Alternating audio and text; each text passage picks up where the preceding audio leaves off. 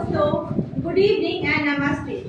जैसे कि मैंने अपने पहले वीडियो में मैं एक स्टोरी सुना रही थी और स्टोरी का नाम था चिल्ड्रन एट वर्क।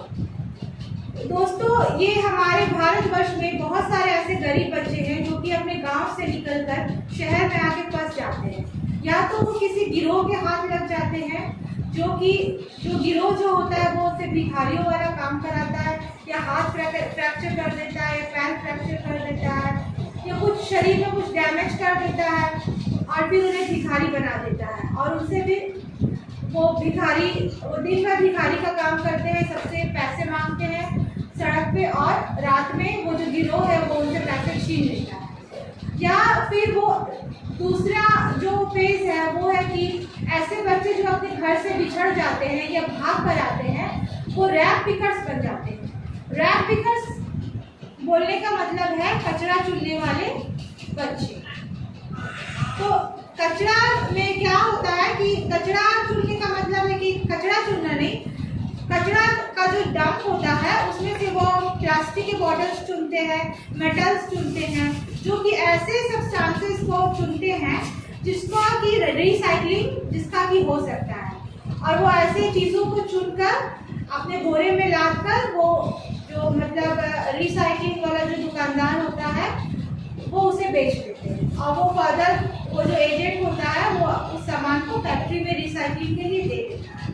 तो इस तरह से ये काम करके वो अपना पेट पालते हैं ऐसे बच्चे। तो मैं ऐसे ही बच्चों में से एक वैल्यू था, मैं उसकी कहानी सुना रही हूँ।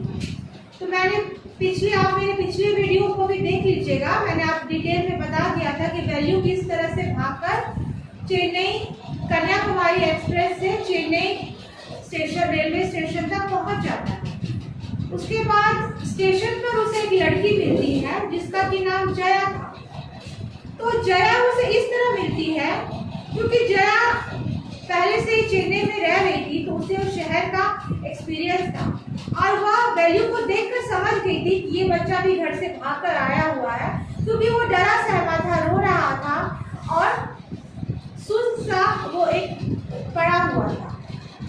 बाकी लोगों की तरह वो बाकी जो पैसेंजर्स थे वो यहाँ से वहाँ से यहाँ आने जाने में बिजी थे, लेकिन वैल्यू जो था वो चुपचाप एक कोने में खड़ा हुआ था। तो जया ये सब देखकर समझ जाती है और जया वैल्यू के पास जाती है, उसे हाय हेलो बोलती है और वो बोलती है कि तुम मेरे साथ आ जाओ।